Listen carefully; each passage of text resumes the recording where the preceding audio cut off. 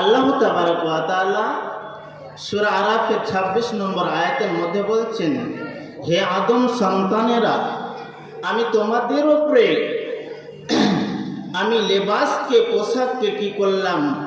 ফরজ করলাম, অবতীর্ণ করলাম। কেন?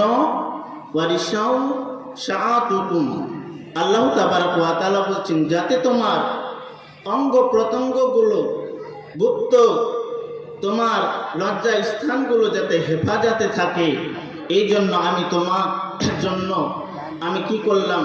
পর্দাকে ফরজ করলাম, অবতীর্ণ করলাম। ব্রাদার ইসলাম, মা বোনেরা আমার, তাহলে পর্দার কতটা গুরুত্ব! সহিহ বুখারীর হাদিস, আল্লাহ রাসূল হযরতে জুবাইরকে বলছেন, জুবাইরের মা একদিন একটা রাস্তা দিয়ে জোরে করে হেঁটে যাচ্ছেন।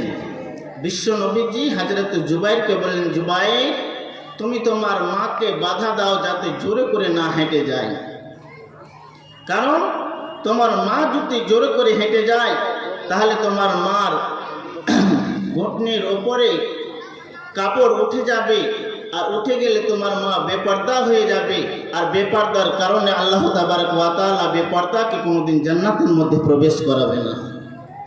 বিশ্ব নবীজি হযরতে জুবাইরকে বললেন, জুবাইর, যাও যাও, তোমার মাকে জোরে হাঁটতে বাধা দিয়ে দাও। কেন বললেন? মা এবং বোনেরা আমার, আপনারা ভালো করে শুনেন। কারণ হচ্ছে আল্লাহ তাবারক ওয়া তাআলা নবীজি বলেছেন, একটা মহিলার কাপড় ঘাটনোর নিচে থাকবে, আর একটা পুরুষের কাপড়, প্যান্ট, লুঙ্গি তার ঘাটনোর ওপরে থাকবে। বিশ্ব নবীজি বলেছেন, কোনো ব্যক্তি যদি ঘাটনোর নিচে কাপড় প্যান্ট পরে যদি চলে, কিয়ামতের দিন আল্লাহর নবীজি বলেছেন, আল্লাহ তাবারক ওয়া তাআলা ৩ শ্রেণীর লোকের দিকে আল্লাহ রহমতের দৃষ্টিতে তার দিকে তাকাবেন না।